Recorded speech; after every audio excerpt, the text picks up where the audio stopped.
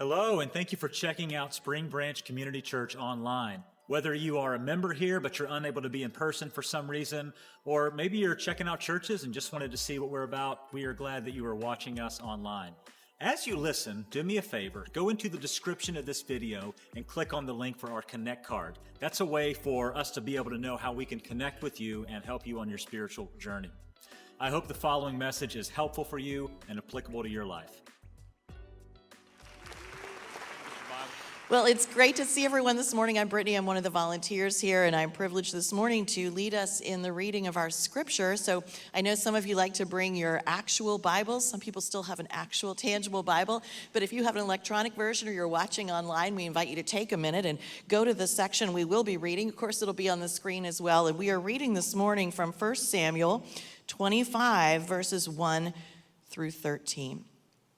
Let's listen to the word of the Lord.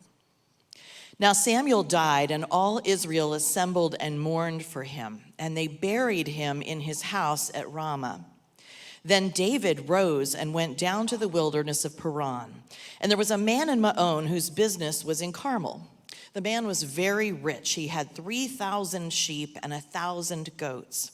He was shearing his sheep in Carmel. Now the name of the man was Nabal, and the name of his wife Abigail. The woman was discerning and beautiful, but the man was harsh and badly behaved. He was a Calebite. David heard in the wilderness that Nabal was shearing his sheep. So David sent 10 young men, and David said to the young men, "Go up to Carmel and go to Nabal and greet him in my name, and thus you shall greet him, 'Peace be to you, and peace be to your house, and peace be to all that you have. I hear that you have shearers. Now your shepherds have been with us, and we did them no harm, and they missed nothing all the time they were with us.' And so he said, 'Ask your young men, and they will tell you.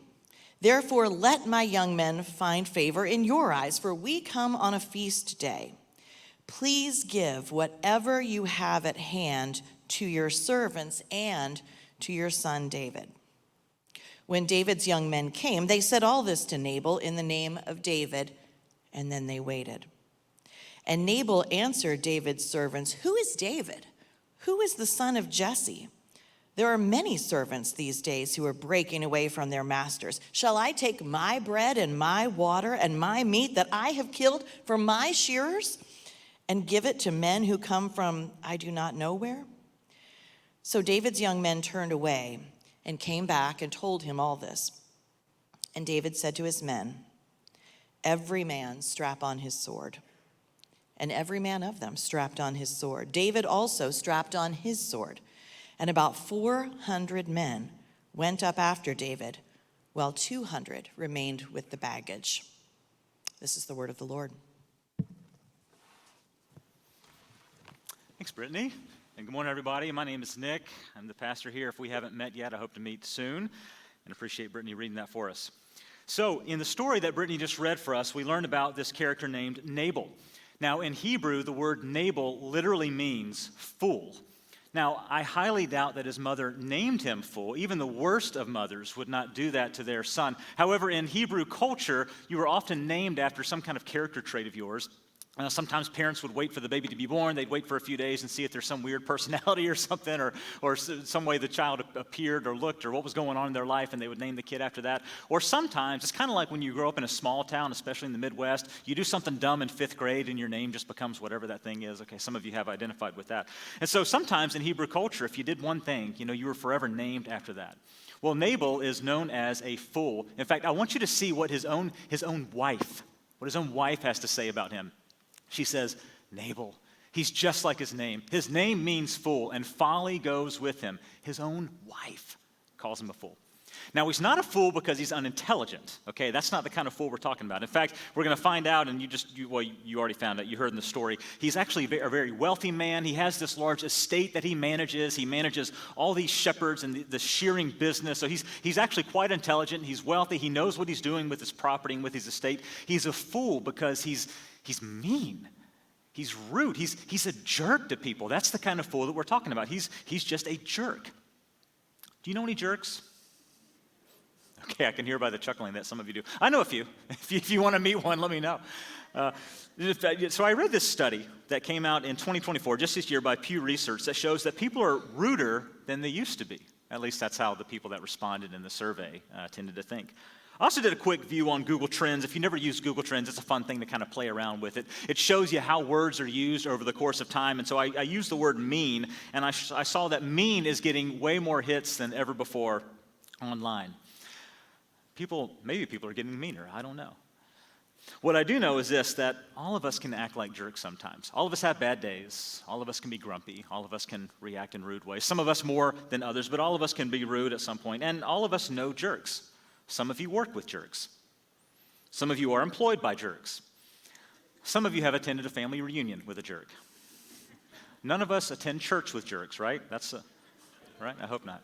Well, in today's story, we're going to meet 3 different characters, and we're going to see that each of them has a different way of dealing with the jerks in our life. And we're going to be asking this question: well, what do you do with jerks? When you have a jerk in your life or someone who treats you like a jerk, what are you supposed to do?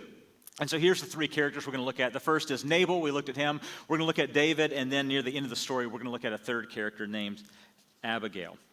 So what do you do with a jerk? Full disclosure, before I get into this, several years ago, I heard another pastor, his name's Andy Stanley, based in Atlanta, and he preached on this sermon, and his outline was just fire. And so I did what a good preacher does. I stole it. I took it. But I'm giving credit to whom credit's due. The whole rest of the message, every other word of this is totally original with me, but he had a really good outline, so I stole that, full disclosure. But let's get on with our story. What do you do with a jerk? How do you deal with a jerk? Well, let's look at character number 1. His name is Nabal, or Nabal would be the proper way in Hebrew to pronounce that. Look at verse number 2 in our text. There was a man in Maon whose business was in Carmel, and the man was very rich. He had 3,000 sheep and 1,000 goats, and he was shearing his sheep in Carmel. So Nabal, once again, he's a businessman. He has, 3,000 sheep, 1,000 goats. That sounds like a lot to me. He has a lot of land, pastures everywhere. And then one day we find out that 600 guys, this militia, not a small militia, this militia of 600 guys camps out in one of his fields. I don't know about you, but if 600 armed men just camped out in my backyard one day, I'd probably be a little nervous about that. So they're all nervous. I mean, protection, and you're protecting against thieves and wolves. And I mean, if you're a shepherd, defending the sheep is a big deal in those days. Thankfully, the shepherds, Nabal's not there. He's off in his high tower somewhere. This is just the shepherds that are in this local pasture. Thankfully, David proves to be no harm to these sheep. In fact, he proves helpful. David grew up as a shepherd. He probably knows what they're doing. They don't kill any sheep. They don't skin or cook any sheep. They don't mess with the sheep. They don't mess with the shepherds. They don't push their weight around or walk around with their swords or whatever. They help guard the sheep. Once again, there's thieves and there's wolves that shepherds have to watch out for. And these shepherds don't have to worry about that. They take care of the land. They don't make a mess. They clean them up after themselves. I mean, in general, we learned that they are very helpful, that they actually help the shepherds, and the shepherds in the field are very grateful. Until one day, look at what happens. David invites himself to dinner. Look at verse number 5. David sends this message: "Go to Nabal and greet him in my name. Let my young men find favor in your eyes," is his request, "for we come on a feast day. Please give whatever you have in your hand to your servant and to your son David." Notice that there's a feast day going on. Okay? So if you were a sheep shearer, which Nabal runs this big enterprise, again, David used to be a shepherd. I mean, this is like their Super Bowl. This is the season you shear all the sheep. This is when all your money comes in, and kind of like maybe at the end of the year, a company picnic or something like that. This is when they would do their big feast. All the money that they brought in, they would celebrate with all the shepherds, big company picnic. And so David sends a message: "Hey guys, I used to be a shepherd. It's been a great year of shearing. I've been watching your shepherds. I've been guarding the fields and everything. This is awesome. I was wondering, can we please come to the big feast day with you guys?" It sounds like a fairly reasonable request. Nabal does not think it's a reasonable request. Look at what he says in verse 10. Nabal answered David's servants, "Who's David? Who's the son of Jesse? There are many servants these days who are breaking away from their masters. Why should I take my bread and my water and my meat that I have killed for my shears and give it to men who come from I don't know where?" He says, this guy's actually inviting himself to dinner? Who is David? He's probably a lazy man. He's probably some kind of runaway. Why would I give my food and water to someone I don't know? And by the way, who invites themselves to dinner with a plus 600? I mean, who does this? Who invites himself to dinner? He's a squatter, he's a freeloader, he's inviting himself to the company picnic. What a jerk. He thinks David is a jerk. And then reading David's words, we don't know the rest of Nabal's words, but reading David's kind of commentary on this, here's what he says is how Nabal is treating him. Look at verse 21. And David had said, surely in vain I have guarded all that this fellow has in the wilderness. I've done good to him, in other words. Nothing was missed of all that belonged to him, and he has returned me evil for good. And so here's what he's saying. Nabal is thinking, look, David has been kind to my shepherds. He's been good to me. He's helped guard my property. He's been good to me. I have received good, but David has done one jerk move, and I'm going to return him evil. That's what he says. I have received good, and I'm going to return evil. Now, I'm not going to spend a whole lot of time talking about this because I think we can all agree this is not the approach that we want to take with people that have one jerk moment. They're good to you in general, and then they do one jerk move, and then all of a sudden you return evil to them. This does not make the world a better place. This doesn't spread goodness and love. This is not the kind of way that we ought to act. And we all know people who aren't team players. They're not for you. They're only for themselves. They step on others to climb their way to the top. Can we all agree that Nabal's response is not how we should respond? Okay, good. We can just move on now. So let's look at a much better way at dealing with jerks. We're going to look at the second character here, David, because David is also dealing with a jerk. According to Nabal, David's a jerk because you invited yourself to dinner with 600 guys. Come on, jerk. Well, David's dealing with a different kind of jerk. I'm the new neighbor, and you never invited me to dinner. What a jerk. And so let's look at how David responds in verse 13. So David said to his men, every man strap on his sword. And every man of them strapped on his sword. David also strapped on his sword. A lot of sword strapping going on, okay? And about 400 men went up with David while 200 remained with the baggage. Bit of an overreaction, I would say. You don't get invited to dinner, you start sword strapping. Bit of an overreaction. And verse 22, this is where it gets, he says, and God so do to the enemies of David, and more also, if by morning I leave so much as one male of all who belong to him. Nabal's response was, in general, David's done good to me. He did one jerk move, and I'm going to return evil. And David does what I think most of us are more inclined to do. You're a jerk to me, I'm going to be a jerk to you. Right? You did me wrong, I'm going to do you wrong. I received evil, and I'm going to return evil because that's what jerks need to get that's coming for them. There's a sociologist that I read recently, David Barash. He wrote a whole book on this called Payback. And in Payback, it's about retaliation. It's about revenge. He says there are 3 R's to dealing with pain. One is retaliation. This is when evil's done to me, I'm going to do it right back. You pay it back. The second R is redirected aggression. This is when you pay it sideways. You go home, you take it out on your spouse, or you kick the dog, that kind of thing. There's also revenge. This is all about getting even. This is sword-strapping behavior, okay? And we all have a little bit of payback within us. Now, the book's interesting. He's certainly done his research, and he shows that this is the natural reaction to pain. When people are hurt, they often react in rage, banging their fist on the table. Even if it's not the person, you slam a door. You want to take out your rage and anger on something or someone or the dog. Right? Redirected aggression. And payback, he even shows, happens in every society. He talks about the story of Geronimo, which is really a story driven by revenge. He talks about the Sunnis and the Shiites who live for payback. He writes about the Gaza Strip, which has been destroyed by a revenge mindset. He even says that revenge and payback pervades the literature that all of us grew up reading. The Iliad, the Scarlet Letter, Moby Dick. I'm going to get that whale, right? Payback is just, it's a part of our natural response. When someone hurts us, we want to hurt them back. And this happens with the rich people on Wall Street. It happens with the criminals on the street. It happens on battlefields. It happens in criminal court. It happens in home. In fact, he even does his research and shows that payback and retaliation happens with primates, with other mammals, with fish. Apparently, there's some researchers out there researching revenge among fish, because he cites these different studies. And I want to show you, this is an interesting study he looked at from the late 1900s. There was a study done on rats.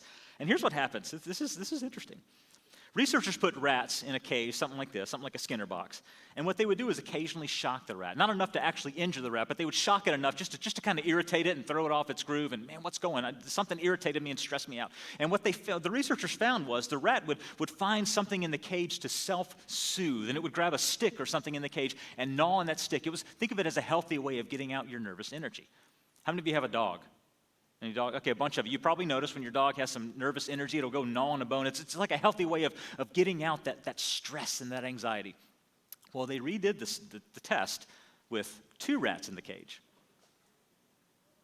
And here's what happened when 2 rats were placed in the cage. Forget the stick, man. Somebody shocked me, and you're the only body in this cage. And so they start going at each other.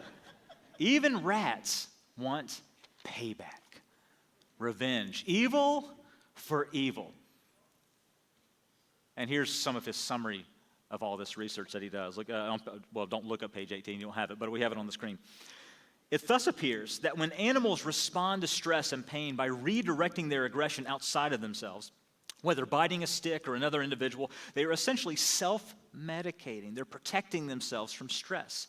By passing their pain along, such individuals minister to their own needs. It may not be ethically good, but it definitely is natural. What he's saying is, with animals in the animal kingdom and with humans, all of us have this natural wiring where we want payback, and when we are wronged, it feels good to wrong again. When I get evil, giving evil back, it self-medicates me.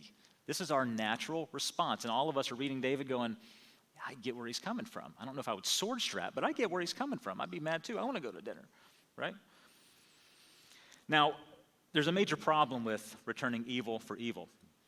And all of us in this room and watching online know what it is. It's not Christian.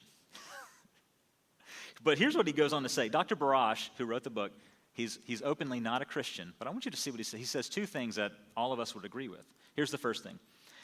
He says payback, evil for evil, it moves from the individual outward in circles and spirals that involve friends, enemies, relatives, strangers, and sometimes expands to affect entire communities and even nations. Time does not heal all wounds. Rather, the wounded often react in ways that magnify further wounds for the injured and the self and the others. In other words, evil for evil, it might make you feel better, but what it really does, it just makes a lot of evil. Sword strapping, it feels good to get that revenge. It just causes a lot of bloodshed, right? Evil for evil just makes a lot of spirals of evil. So we all agree with that. Here's a second thing he says. He's not a Christian, but here's a second thing he says that we agree with. He says, redirected aggression, like violence generally, is not inevitable. There are ways out. And look at this. He points to a teaching from Jesus Christ. He mentions the golden rule as a solution to the evil for evil problem. Now, Jesus did have some things to say about when evil is done to you, how you respond. And here's some things that Jesus said about dealing with jerks. When someone is a jerk to you, you should react. Okay? That's part of Jesus' teaching. When someone's a jerk to you, you should react. When someone is a jerk to you, you should take action. Evil must be met with something. When evil is done to you, when someone is a jerk to you, action must, you don't just be passive and let them walk all over you. When someone treats you poorly, there must be a reaction, but it's not further evil. It's something else. Evil comes in, and something else goes out. And we're going to see what Jesus teaches later on in the story of biblical history is exemplified very well in a character named Abigail. And I'll just give you a sneak peek of our 3 characters. Nabal returned good with evil. David received evil and wanted to return evil. Abigail is the only one who returns good for evil. You want to see what she did? Look at verse number 18. Abigail is the wife of Nabal. Verse 18. Then Abigail made haste and took 200 loaves and 2 skins of wine and 5 sheep already prepared and 5 seahs of parched grain and 100 clusters of raisins and 200 cakes of figs and laid them on donkeys. Just a quick side note here. Is it just me or is that a lot of raisins? 100 clusters. How many of you enjoy raisins? A few. What is wrong with you people? Arthur, I bet you mix them in your cookies just to throw off people, right? That's a lot of raisins. Where do you get that many? Anyway, we need to move on here.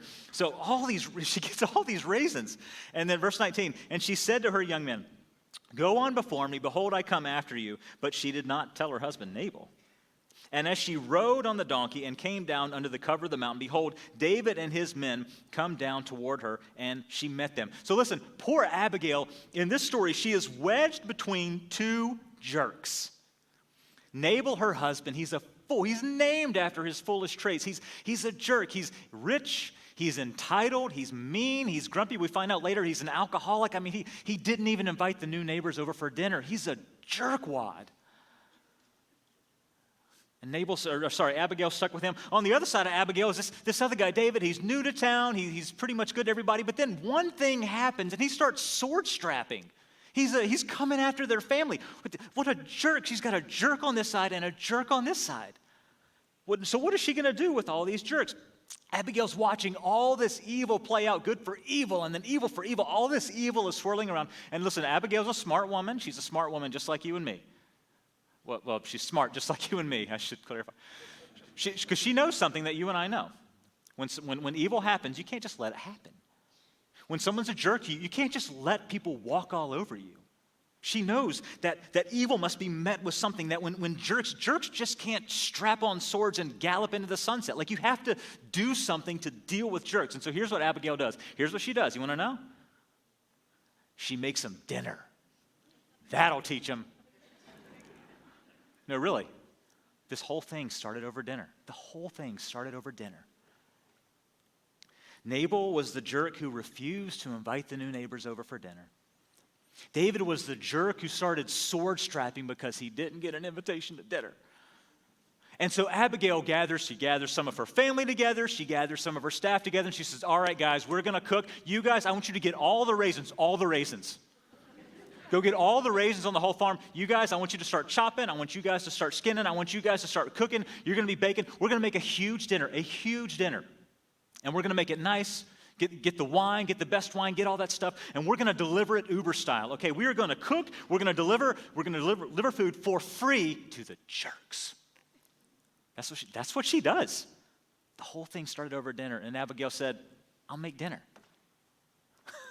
Isn't that wild? This is a wild story. Listen, Abigail is far from passive. Sometimes people expect Christians, if someone does something wrong to you, just let them. No, that's not what she's not passive. She's not letting jerks do whatever they want. She is seeing evil, but she's returning good. Because you got to do something. When someone's a jerk, you got to do something, but she does good. She flips the whole script. This is so unnatural. Who naturally does this? Nabal's over here, no soup for you. David's over here, strap on your sword, and Abigail's the only one rolling her eyes, rolling her sleeves up. I'm just going to make the dinner. I'm going to make the dinner for all the jerks. I love it. I love this story. Look at verse 23. I want you to see, we're going to look at her speech. Okay, we're not going to read the whole thing because it's a lengthy speech. But look at verse 23. When Abigail saw David, she hurried. So he's coming down the mountain, right? She hurried and got down from the donkey and fell before David on her face and bowed to the ground. She fell at his feet and said, on me alone, my Lord. She calls him my Lord as she's being respectful to him. Please let your servant speak in your ears and hear the words of your servant. Let not my Lord regard this worthless fellow, my husband, Nabal. For as his name is, so is he. Nabal is his name. Folly goes with him. But I, your servant, I did not see the young men that my Lord sent. Verse 26. Now then, my Lord, as the Lord lives, and as your soul lives, because the Lord has restrained you from the blood guilt and from saving with your own hand, now then, let your enemies and those who seek to do you evil be as my Lord Nabal. And now let this present that your servant has brought to my Lord be given to the young men who follow my Lord. Let this dinner ease all of this. Now, there's two key principles from her speech that I want to point out. The first comes in verse number 26. She says, the Lord has restrained you from blood guilt, and look at this, and from saving with your hand.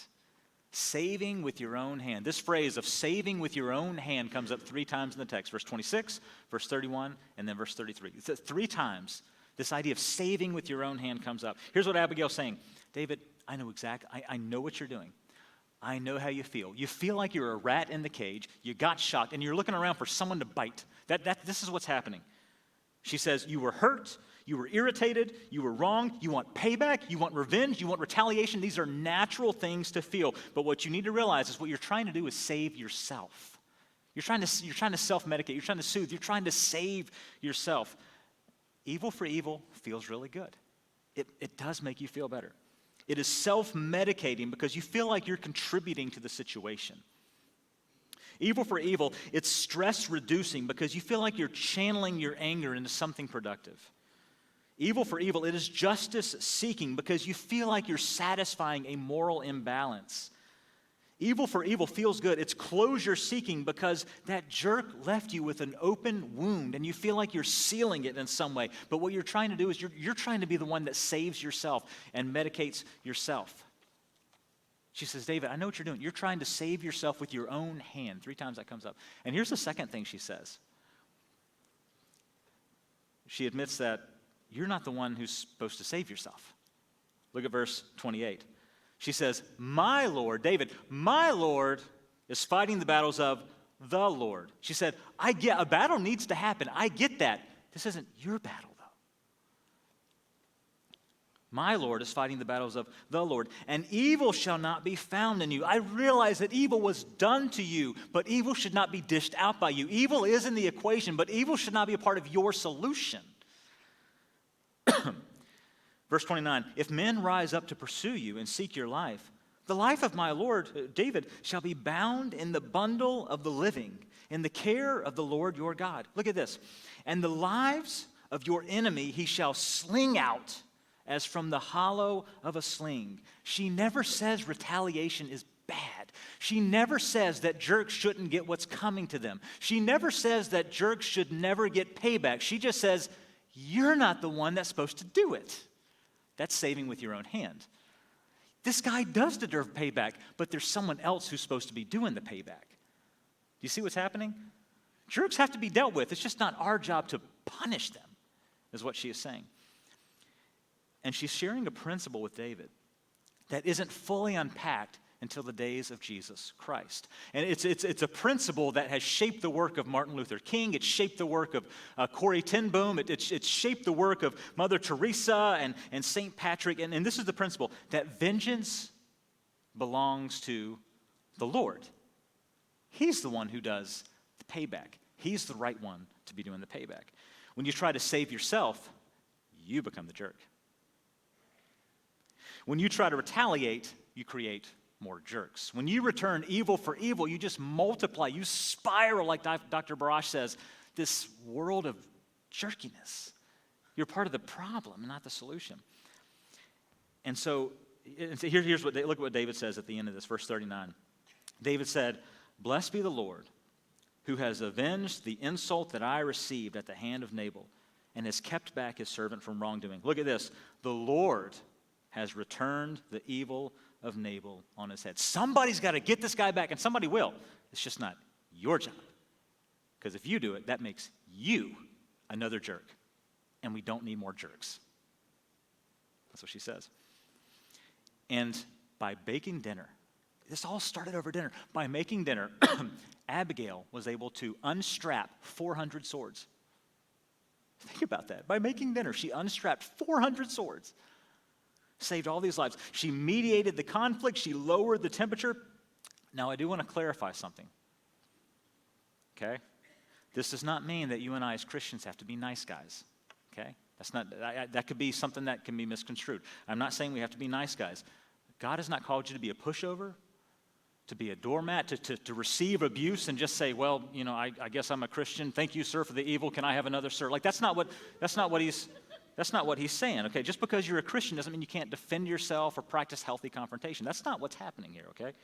There's a difference between retaliation and self-defense. For example, I was speaking with a dad earlier this week. We were talking about this concept. There was a guy who was kind of pressuring his daughter. His daughter said no, and he wasn't listening, so the dad had to practice some healthy confrontation. He said, well, we're Christians. You got to let this guy. No, that's not how that works. He practiced healthy confrontation. Okay, not with violence or anything, but a healthy way. If you're being bullied in school, I'm not saying, well, I'm a Christian. I guess I just got to let these guys, swirl my head in a toilet. That's not what we're talking about. okay? There's healthy self-defense. Abigail did not let jerks walk all over her. She did something. She contributed in an active way to what was happening. But she told him not to be the one who retaliates. Someone else is the one who does that. Now, there's one more truth that I want us to see in this text. One more truth.